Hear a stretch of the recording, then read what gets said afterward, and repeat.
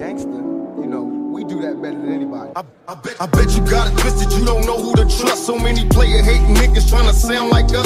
Say they ready for the front, but I don't think they know it. Straight to the depths of hell is where them cowards going. Well, all you still down, nigga, holler when you see me. And let these devils dissolve for the day they finally free me. I got a caravan of niggas every time we ride. Hitting motherfuckers up when we pass by. Until I die, live the life of a boss player. Cause even when I'm high, fuck with me and get crossed later. Oh, hindi, magandang gabi po sa inyo lahat sa mga ano dyan, sa mga first time ko po dito sa The Big B, no? Maraming salamat at tayo po ay naging parte dito sa programang ito. Ayan, at mainit po yung pag-uusapan natin ngayon. Ayan, so ayan, salamat po sa grupong ito. Yes, especially kay Boss Mike. Ayan, salamat sa pagpapaanyaya. Parte kami ng tawag dito. Party naman talaga kayo Party naman talaga kayo lahat Boses ng ating mahal na Pangulo dahil sa nangyayari ng sistema na propaganda, mga propagandista, di ba, na hindi na matapos-tapos, recycle na lang ng recycle. Di ba? Lalo na itong in-speech ni Aimee, ito na to, replay na to eh. Replay na yan, Aimee eh. Pero ang katanungan namin, in-speech ni Aimee, may feedback. Sino yung merong cellphone na isa? Diba? Kailan isusunod yung DNA niyan? Kasi parang questionable kasi, di ba? Bakit anyway, sistema? Kumalma muna tayo for the meantime. Kasi mukhang mainit yung kalaban natin. Kung ano na sinasabi kay President Marcos. Siyempre, pakikinggan tayo ngayon mula Luzon, Visayas, Mindanao. Gusto lang natin i-empower dito na ito ang pinakikinggan ngayon ng taong bayan. Baga, pinakikinggan ngayon tayo ng mamamayang Pilipino. Kaya ihanda natin yung ating mga sarili ngayon dahil makikinig ang libo-libong Pilipino mula Luzon, Visayas at sa Mindanao kung ano nga ba ang gustong mangyari at gustong malaman ng mga Pilipino tungkol dito sa sinabi ni Senator Aimee patungkol sa kanyang kapatid na si President Ferdinand Bongbong Marcos. And pakikinggan natin, ito nagsasama-sama na yung mga content creator na handang-handa na iyanigin. Pero Koy, alam mo yung tanong dito, 'di ba 3 days dapat yung rally ng iglesia? Pero after nung nangyari kanina, bigla nilang tinigil eh. Kasi di ba sino ba yung mga nagsalita kanina? Nagsalita si di ba yung baliw? Si Gwanson. Gwanson. Si Mike Defensor din ba nagsalita din ba? Si Mike Defensor din, di ba? Oh, tapos si Aimee, puro pangbanat sa presidente. Pagkatapos nun, bilang ng tinigil. So ano ba yun? Sa tingin nyo ba, unexpected ba ng mga INC yun? Puta, ganito yung sasabihin ng mga to Channel tinigil? Teka lang. Akala ko ba peace rally? Yun ang tanong. Yun na nga, tatakarin mo. Akala ko peace rally. Ganito kasi yan. Kung tinatawag na peace, dapat walang banat. Dapat more on healing sa gobyerno na sana po ito yung gawin ng ating gobyerno, na ito yung proyekto, ganon. May banat eh. Walang healing Dapat ballpoint man, dapat meron din silang pinasalita doon na pro-admin din. Di ba? Bias, di ba? Mga anti-admin nila kanina eh. Si Boss Mike nawala. Asa si Boss Mike? Baka sa kanya nag-e-echo. Baka sa kanya ata. Ito Crisulo. Crisulo, shout out. Tanda na. Ay, magandang gabi po sa lahat ng mga manonood, mga kababayan. Please don't forget to share this live stream para malaman ng mga kababayan natin na yung mga talino warriors nag-let's vote in. Imayin na natin to. Sino pinaka-main topic natin dito? Si Aimee? Si Aimee, of course. Puti, ano pa ba maasahan nyo kay Aimee dyan? Di ugaling kulaong din. Di ba? Okay, no? Kung gaano magsalita si Kulaong, ganyan bunga nga ni Kulaong Di ba? Ganyan yung mukha, ganyan din yung baba. Ganyan din ito naman sa akin. Kasi kung magkakapatid kayo, dapat hindi kayo nagsisiraan eh. Si PBBM kasi tahimik. Pero si Aimee Marcos, napakaingay ng bunganga nito. Bukod sa mahaba yung baba, out na tayo doon. Okay? Wala na akong paki sa mahaba yung baba. Ayoko namang banatan yung baba. Yung gusto ko lang yung kanyang mga sinasabi sa kanyang kadugo, 'di ba? Oo. Ikaw, kapital mo lang, laway mo. Tapos sasabihin mo, bangag yung taong ito, ganun. Wala ka namang ebidensya talaga na ganun, di ba? Alam mo, ito pa. Dapat yung kakampihan natin, yung ating kadugo, hindi ko yung ibang tao na pumapatay sa kapwa Pilipino. Tama ba? Ballpoint man, sagutin kita. Ba't ka nagtatanong? Ba't ganyan ugaling ni Marcos, ha? Ito, ayon sa aking panaginip. Nagpauso nito si Boss Mike, kay Kulaong eh. Ayon sa aking panaginip, merong nag-message sa akin. Alam mo kung ba't daw ganyan si Amy Marcos? Nagsimula daw yan sa bahay nila nung bata sila. Ang favorite daw talagang anak ni Pangulong Bongbong tsaka ni Ma'am Imelda Marcos, si Pangulong Bongbong. Lagi raw itchapera yan si Amy Marcos. Doon daw nagsimula yan sa pagiging samahan relasyon nilang magkapatid. So bata pa lang. Isipin mo, pag si Pangulong Bongbong daw magbeberde, ang binibiling kay Pangulong Bongbong, Red Ribbon, Contis, Goldilocks. Ikakat muna kita dyan. Kapag si Amy Marcos daw magbeberde, putik yung cake daw na binibili sa bake shop lang daw, bakery sa labas eh. Ikakat muna kita dyan. May punto yung sinasabi mo, may punto. Bakit? Si Amy Marcos, masyadong maingay. Si PBBM, masyadong tahimik. So, naiintindihan kita dyan. Ganun lang, simple lang. Ako tingin ko ako naniniwala ako doon sa akin sa panaginip, may nag-message sa akin. Dati na raw inggit talaga si Amy Marcos kay PBBM at may kinalaman daw yan sa presidential. Dapat daw talaga ang tatakbong presidente si Amy Marcos. Sige na, basagin na natin yung katotohanan ngayon. Ito, may mga tanong. Boss ko. Kapatid ito unang-unang bumenga sa usapan natin ngayon, mawalang galang ho sa lahat ng mga nambabastos sa Marcos administration. Ito ho ba, may tanong ho ako kay Senator Amy. Kung ito ho ay totoo. Senator Amy, kung inyo pong mamarapatin, alam nyo ho, ako ho isa sa mga naging malapit ho sa inyo. Subalit, mali ho itong ginagawa ninyo sa inyong kapatid. Mukhang hindi ho hata kayo parang magkadugo Ano nga ba ang meron dito? Kaya nagtatanong ho ako. Kasi hindi ho gawain ng isang kapatid na bastusin. Hindi lang ang apelido. Hindi lang ang iniingatan niyang apelido for how many years na binabastos kayo. Pero this time, pinakita mo, sinira mo yung reputasyon ng isang Marcos sa harapan ng daan-daang libo na Pilipino na umaten sa rally ng INC. At ang pinakamasakit dito, Senator Amy, masasabi ko lang ho, pasensya na ho kayo kung ganito ho ko magsabi kasi I'm very disappointed sa ginawa niyo magsasalita dyan. Hindi nyo lang ho sinira yung kredibilidad nyo sa mga naniniwala sa, and I quote, ama nyo. Ama nyo. Hindi nyo lang ho sinira ang pangalan nyo. Bagkus sinira ninyo yung tiwala sa inyo ng taong bayan. Ito gusto ko malaman mga kapatid bakit ka ba nagsasalita ng ganyan? Ano bang meron? May malalim tong dahilan. Baka yan nga nagbibisyo si Amy Marcos. Yan ang sabi. Baka kamo, yan ang nagdodroga. Kasi, yun ang sabi sa mga posts. Doon sa ginawang pelikula ni Daryl Yap na Malacanang, lumalabas sa istorya doon, pasaway siyang anak, gimmick ng gimmick, bastos sa magulang. Yan nga nagdodroga si Amy Marcos. Nakapunto na naman si Crisolo. Kita nyo, ikumpara nyo po ngayon. Ito maraming mga Pilipino yung nakikinig sa atin ngayon. Ikumpara nyo po ngayon si Amy Marcos at si PBBM. Sino po yung dapat igatak? I go for PBBM. Ang boto ko kay PBBM. Bakit? Kasi si Pangulong Bongbong Marcos ang tahimik Ang tahimik, nagtatrabaho. Ang iniimahin niya, yung kanyang tatay. Tatay niya, sarili niyang tatay Ang sasabi ko dito, ang iniimahin niya, yung sarili niyang tatay. Kasi kung ano ginawa ng kanyang tatay, siya rin ginagawa niya ngayon upang maging maganda ang ekonomiya ng Pilipinas. Doon lang nakikita ko sa kanya. Pero kung sasabihin mong respetuhin ko ngayon si Senator Amy, pass muna ako. Baka wala na akong nakikita ng pag-asa. Respeto yung walang yung gagang yan. Pero mga brother, baka nakalimutan natin si Amy, may kaso na na excise tax sa tabako noong 2017. So hindi ito nag-proceed kasi nga si Digong yung presidente. Tapos ngayon, si PBBM yung presidente, mukhang hindi rin natuloy. So paano to? Ano ba? Pwede mabuksan natin siguro to, no?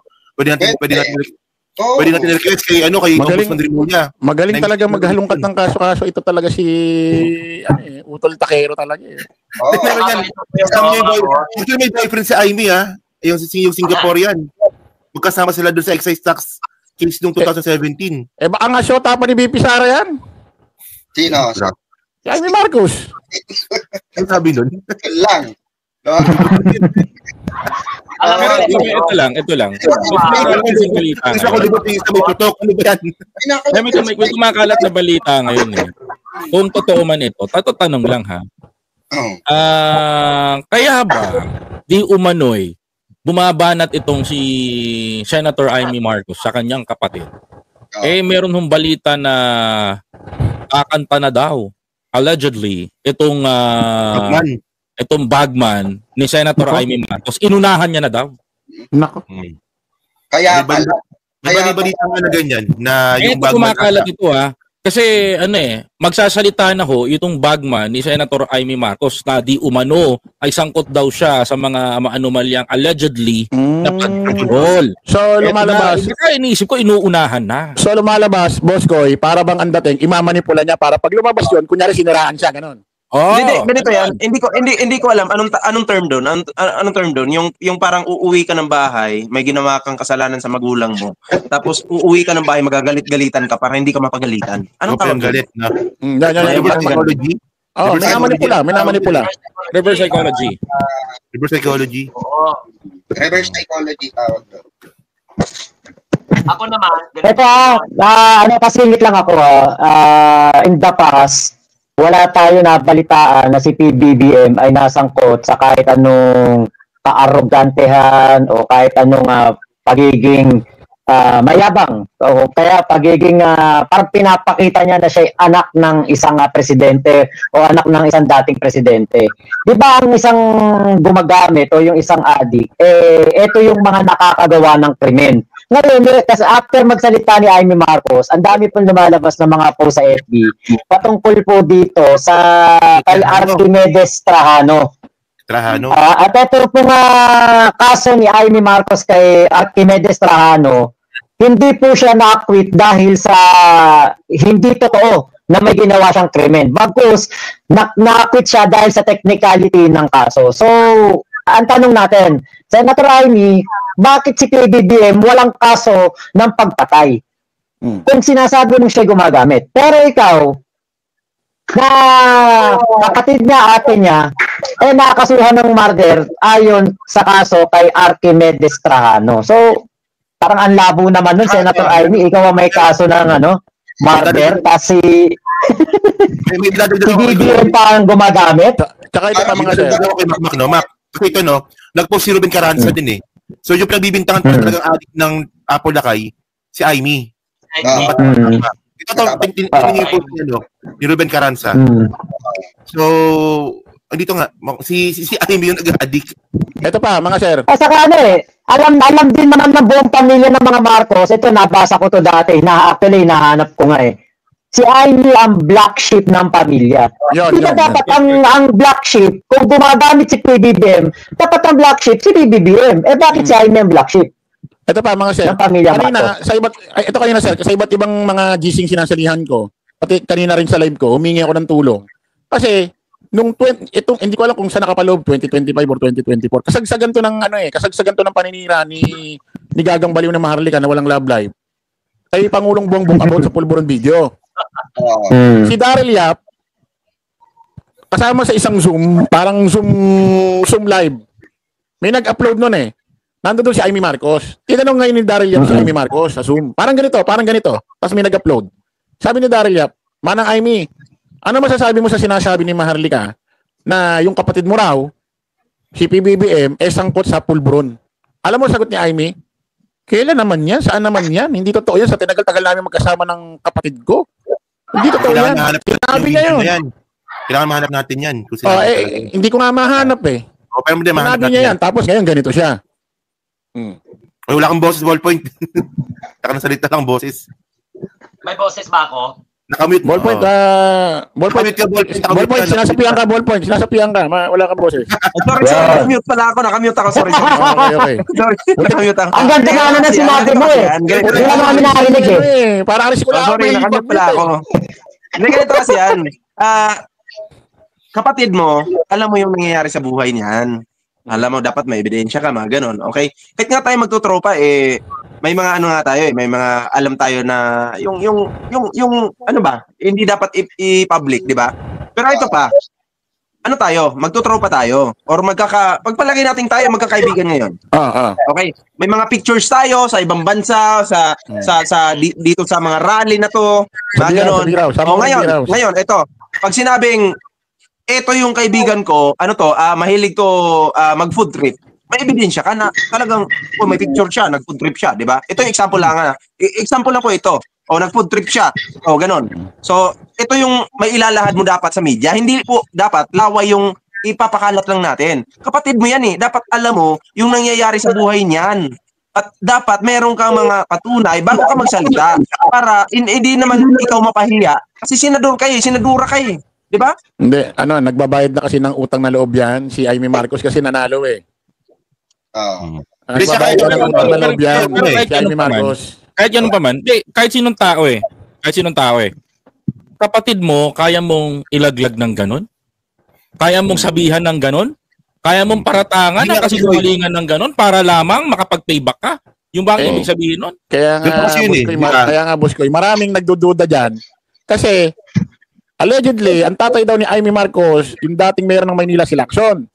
So, yun daw ang number 1 na kritiko ni Ferdinand Marcos Sr. So, anti-Ferdinand Marcos Sr. yun.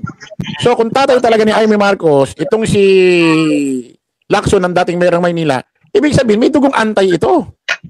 Ang tanong dito, umamin ba? Kasi hindi ko napanood yung buong video. May umamin ba? Na? Uy, sino gumawa niyan? Ba't ganyan yan?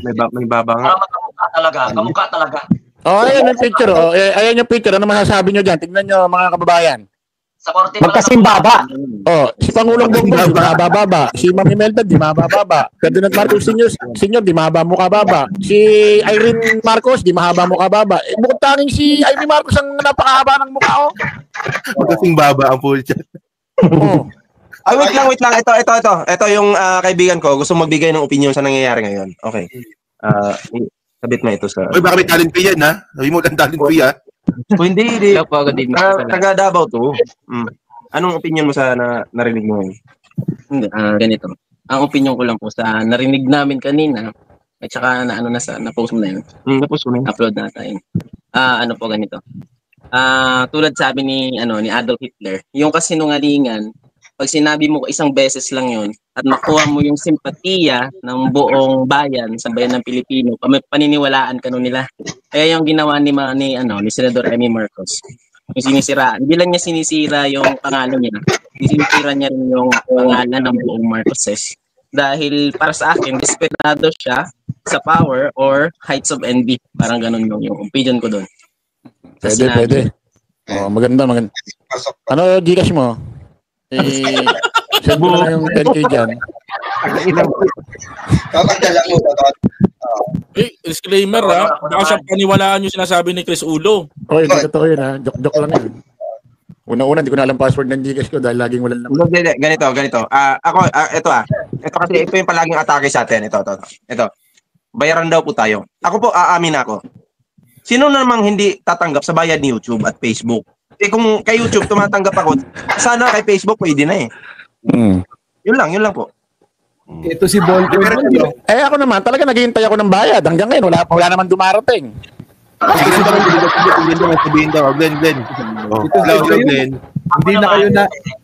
Hindi na kayo nasanay sa mga bobong komento. Yung mga ganyang komento, alam nyo ng pambobo, pinapatulan nyo pa eh. Di ba? Yan nyo sila. Ganito po yun, ako po, sa ginawa ni Amy, ako to be honest talaga maging honest, maging tapat ako sa lahat ng manonood, hindi po ako na-shock. Hindi pa ako nagulat. Kasi noon pa man, sinasabi ko na to na talagang magtatraidor talaga, malapit kay PBBM. Kaya hindi ako nagulat kasi unang-una, lumang pagtugi na to. First and foremost, ang target talaga nila babagsakin si PBBM. Nabisto kaya nga nagsabay-sabay tayo ng live, di ba? Kasi ang target ng Iglesia ni Cristo, 15, 16, 17, binago. So, tingnan mo ngayon, pahiya yung Iglesia ni Cristo, imbis na 3 days, tinigil nila, no? Hindi, kumakalat sa social media, kaya raw naging 2 days na lang, nabuwisit daw kay Aimee. Binastos daw yung rally nila eh. Diba? Oo nga, mga ganun yung lumalabas. Oy, napanood nyo ba yung ano? Napanood nyo ba yung... Napanood nyo ba yung kinontent ko kanina, ano? Ewan ko, kalat na to sa Facebook eh. INC to INC nag-aaway-away. Oo. Kasi nga, pwede. Kasi nga may mga loyalista dyan. Oo, correct. Alam mo, Chris, nagkatotoo yung sinabi mo. Na maraming pumalag na Marcos loyalist. Na mga INC. Ngayon, nagbumat din, hindi na, ang pinag-usapan nila, kwento to sa akin hindi na pinagbasihan yung pananampalataya. Hindi na, lumabas na sila sa pagiging INC during that time. I am a Marcos loyalist, DDS ka, pero iglesia tayo. Yun ang naging laban nila kanina. Nahati sila dun sa paksa na yun. Pero ang pinakamasakit nun, at least maraming salamat sa mga Marcos loyalist na kapatid. Nanindigan po kayo. Kahit na po ang nangyari ay hindi po maganda ang sinabi ni Senator Aimee. Pero may papaalala ho ako sa lahat ho ng mga kapatid nating iglesia na nagrally ho sa mapayapang pamamaraan. Saludo ho ako sa inyo. Ngunit gusto ko ho ipahatid itong mensahe na to ng Ka-Eranyo Manalo sa lahat ho ng mga kapatid. Papaalala ko lang ho mga kababayan.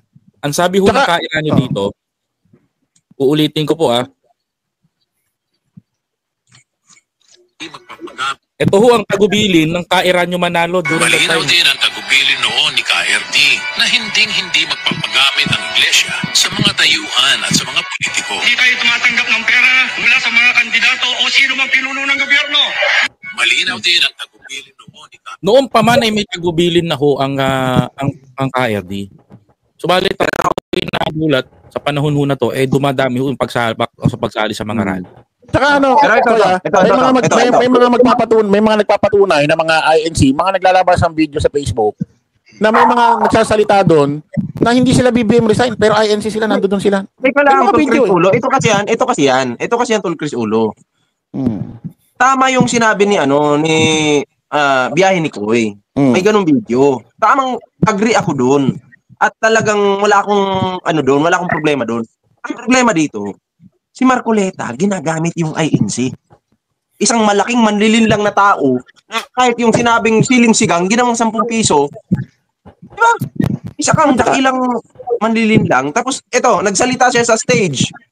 Akala ko peace rally, pangalawang beses na to akala ko peace rally pero may banat pa rin po. Ano tingin niyo? Peace rally ko po. Kawawa yung nagtataka pa nga yung iba dyan, bakit nga raw nakatakbo yan sa kanilang doktrina, bawal tumakbo bilang politiko Hindi, correction lang. Sa doktrina ng iglesia, basta mayroong kang basbas ng tagapamahalang pangkalahatan ay pero kung dati na una bawal.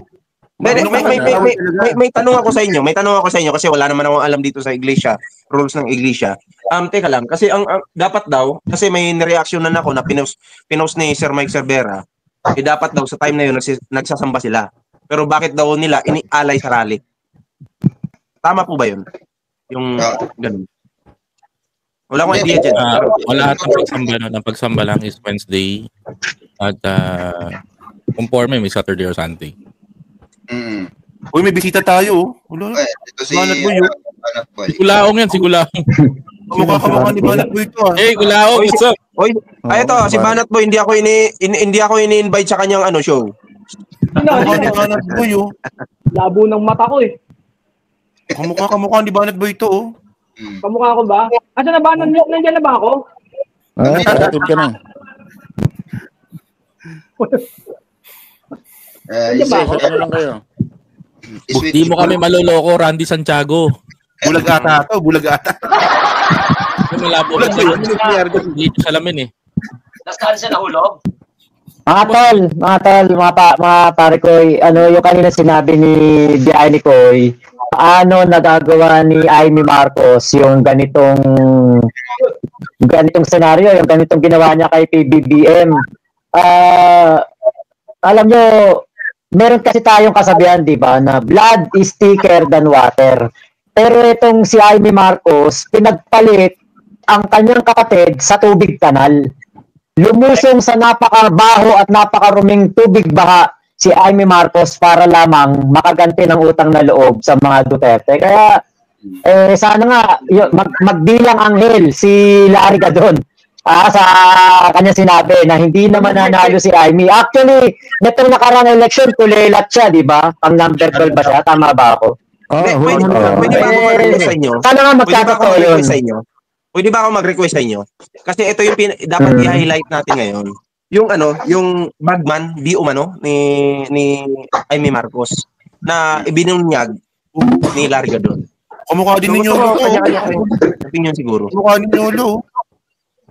Ha? Lolo ba yan? Uchi Amadara yan. Hindi si Nyolo yan. Uchi Amadara yan kanina yun. Pakiplay mo nga. Gusto yung pag-resign ni si BBM, iilang piraso lang naman kayo. Ayun. Nagwawala na si Gina G. Larry Gadon. Gina G. Gusto niyong pag-resign si BBM, iilang piraso lang naman kayo na nagsasabi niyan. Takot na takot kasi kayo na malapit na kayong makorner, malapit na kayong makasuhan, malapit na kayong makulong kayo na mga kalaban ng politika sa administrasyong BBM. Diyan nagsisigawan kayo, iilang piraso lang kayo gusto mag-resign, samantalang mas marami ang naniniwala at kumakampi kay Presidente Bongbong Marcos. Yung mga aligasyon ng mga adik-adik na yan, lumang tugtugi na yan, wala nang bumibili dyan. Kahit nga noon pang binabato yung issue na yan kay President Bongbong Marcos, anong nangyari? For the first time, ang majority elected president ang ating naihalal for the first time. At for the first time, nagkaroon ng boto na pagkarami-rami ng 31 million plus. At yan ay kauna-unahang nangyari. At yan ay kahit sa kabila ng paninira kay BBM na siya ay abi, na siya ay kung ano-ano mga ibinato sa kanya, and still, ibinoto siya ng mga tao ng napakarami for the first time majority sa presidential election. At yung mga adik-adik na yan, lumang tugtugi na yan, wala nang bumibili dyan. Kayo lang na mga bumibili dyan, yung mga kulang, yung mga bobo. Nakakadismaya itong ginagawa ni Senator Amy Marcos na ito, na sinisira niya hindi si BBM kundi sinisira niya yung buong pangalan ng mga Marcoses. Napakatagal ng panahon, more than 30 years, no? 36 years na niyuyurakan, sinisipa, dinadaganan, tinatadyakan ang kanilang pangalan sa paninira. Na ngayon na ang mga Pilipino ay nagising sa katotohanan na lahat ng paninira ay isinantabi nila at kanilang ibinoto si Pangulong Bongbong Marcos para maituwid ang kasaysayan at upang gumanda ang takbo ng Pilipinas at makabawi tayo sa lahat ng mga pangyayaring mga lumugmok sa ating bansa. Ngayon ay sinisira niya. Sinasabi pa niya na nag-drug user daw si BBM at yung, kaya pinakasalan ni Lisa ay upang maging matuwid ang kanyang buhay. Napakalaking kalokohan yan. Huwag nating maliitin ang pagmamahal ni First Lady Lisa Araneta Marcos kay Pangulong Bongbong Marcos, sapagkat noong panahon na yon ay dapang-dapa sila. Talagang kanyang minahal ang ating Pangulo noong panahon na hirap sila, noong panahon na niyuyurakan at tinatadyakan ang kanilang pangalan. At noong panahon na yon ay wala sa posisyon si Pangulong Bongbong Marcos. Noong pinakasalan siya, nilalait pa niya, panlalait pa yung ginagawa ni Senator Amy Marcos. Nasaan naman ang kanyang utak? Saan na napunta ang utak mo, Amy? Kaibigan kita pero hindi ganyan dapat ang ginagawa mo. Sinisira mo yung pangalan ng buong pamilya nyo. Oh, bakit? Kasi meron ka nahuhulinigan na yung iyong badman dyan sa DPWH ay malapit na raw kumanta. Sa aking pagkakaalam, sa mga media circle, ay malapit na kumanta yung iyong bagman dyan sa Ilocos, yung mga DPWH projects na yan. At sa aming narinig din na si Diskaya pala ay contributor sa campaign mo, na donors mo rin sa campaign mo. At yung hindi ka na pagbibigyan doon sa mga pwesto na gusto mong ipa-appoint. Kaya ikaw ay galit na galit sa iyong kapatid. Pero kung galit ka sa kapatid mo, dapat ay yan ay ipaglihim nyo lang sa inyong pamilya. Huwag mo idamay ang mga Pilipino, huwag mo idamay ang Pilipinas. Ngayon maninira ka, magdi-destabilize ka ng gobyerno. Sino pinapahirapan mo? Ang mga Pilipino. Yan ba ang dapat mong gawin? Dapat mo bang sirain ang ating bansa? Mag-isip-isip ka, Aimee. Nasaan ang utak mo? At sinisiraan mo pa si BBM para ikaw ay makapagtakbo sa ticket ni Sara as Vice President. Yan pala ang plano mo, ha? Na magtumakbo kang Vice President kay Sara? Nasaan na? Nasaan ang lohika mo? Nasaan ang iyong isip na punta? Ha? Kinakampihan mo ang mga mamamatay tao, ang mga magnanakaw, ang mga korap. Hindi lang korap na sobrang corruption ang ginawa niyan din lang sa flood control project. Kung hindi pa dahil kay BBM, hindi mabubunyag yan. Tapos ngayon, ikaw pa ang kumakampi sa mga magnanakaw. Ano ka ba? Pambihira ang utak mo, Aimee. Hindi ko malaman kung saan mo nakuha yung utak mo. Si Sara, walang kapanapanalo yan sa pagka-presidente. Kayo lang ang nagsasalita ng ganyan sapagkat inukondisyon yung isip ng mga Pilipino. Dahil takot na takot kayo, takot na takot ang mga Duterte at ang kanilang mga tauhan na sangkot sa mga corruption, takot na takot kayo na kayo ay makukulong na. Kaya yan ang inyong pinagsisintir. Kaya kayo ay kinakalaban at binabagsak nyo ang gobyerno ni BBM. Hindi kayo mananalo sapagkat nasa likuran ni BBM ang milyon-milyon na mga Pilipino na naniniwala na ang buhay natin ngayon ay mas maganda at mas may tinatahak na direksyon kaysa naman nung nakaraang panahon na wala talaga, na wala sabog-sabog lahat. Kaya Aimee, mag-isip-isip ka, hindi ka namin papayagan dyan sa ginagawa mong yan sapagkat kami mismo, kami mga Marcos loyalist, kami mga taong mga Pilipino na naniniwala sa kagandahan ng ating demokrasya ang magiging kalaban mo. Hindi ka naman nanalo kahit kailan. Mauna, gusto nyo? Sige. Ito, mauna ako. Una kong titibagin yung sinasabi na addict daw ang unang ginang. Ito, may papakita ako sa inyo. Ipapakita ko sa inyo para makita ninyo. O, ito. Direk, kamusta? I think panahon na para ilabas to, Direk. Direk Daryl, kamusta? Naaalala niyo ho ba to? Ito, mga picture namin na to. O, ayan. Naaalala niyo to, may magpapatunay niyan. May testigo ako. Kuha ito. Kuha itong photos to. Kuha itong photos na to, ha. Wait lang, Koy. Papalaking mo muna. Palaking muna natin si Koy. Palaking natin si Koy. Para si Koy yung nakafocus. Tama. Pwede ba yun? May hawak palang ebidensya si Koy. Meron ako. Kami. Magtatambalelong ang mga... Hindi kami maglabas. Ballpoint ko. Mga makababa. Ito. Yan. Direk, mananawagan ako. Direk, total naman, nagsalita na ho si Manang Aimee. Direk, naaalala mo ho ba ito? Itong photos ho natin na to. Ito. O, Direk. Ayan.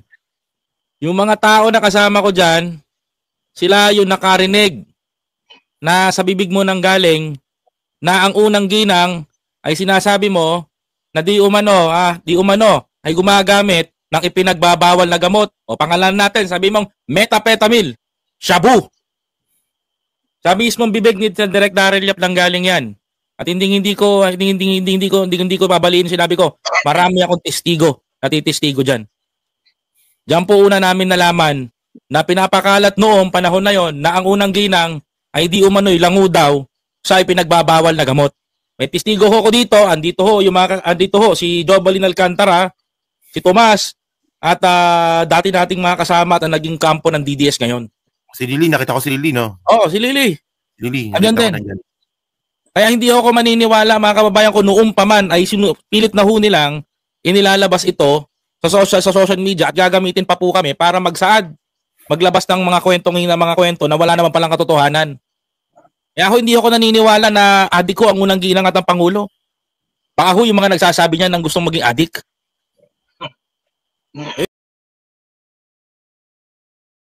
Gangster, you know, we do that better than anybody. I bet you got it twisted, you don't know who to trust. So many player hating niggas trying to sound like us. Say they ready for the front, but I don't think they know it. Straight to the depths of hell is where them cows going. Well, all you still down, nigga, holler when you see me. And let these devils dissolve for the day they finally free me. I got a caravan of niggas every time we ride. Hitting motherfuckers up when we pass by. Until I die, live the life of a boss player. Cause